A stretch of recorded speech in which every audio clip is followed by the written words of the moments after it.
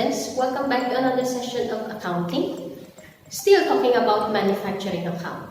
We have discussed about the manufacturing calculation, the income statement calculation of manufacturing company, and now we are going to discuss or explain about the balance sheet of the manufacturing account.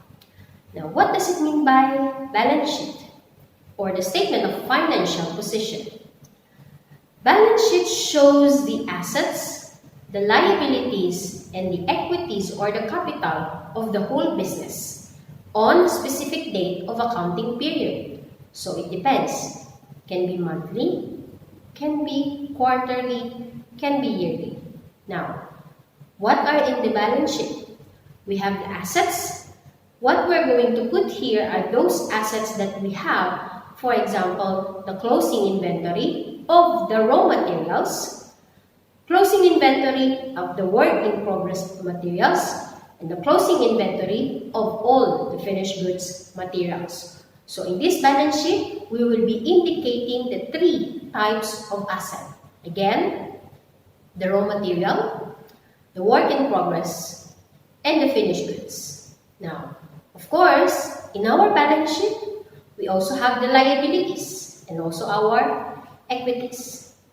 Now, I'm showing you the format of the balance sheet of a manufacturing account. As you can see, in our current asset, we have three types of asset here. We have the raw materials, work in progress, and the finished goods. But of course, we need to less the provision of unrealized profit if ever we have. And after that, those are the total of the assets. And continue with our net profit, less drawings, and the current liability and long-term liability for us to calculate our balance sheet of the manufacturing account. I will be explaining more this balance sheet. But remember, it is very important that some of expenses are related to both manufacturing process and the administration of the office, such as can be rent, electricity, insurance, depreciation on premises, motor vehicles, and so on. What does it mean? There are some percentage which is allocated in the manufacturing account, but there are some percentage also in administration expenses, like we have discussed before. Now, these expenses should be allocated to the factory and office and debited to the manufacturing account and the profit and loss account respectively. So, the basis of allocation are usually given in the examination question.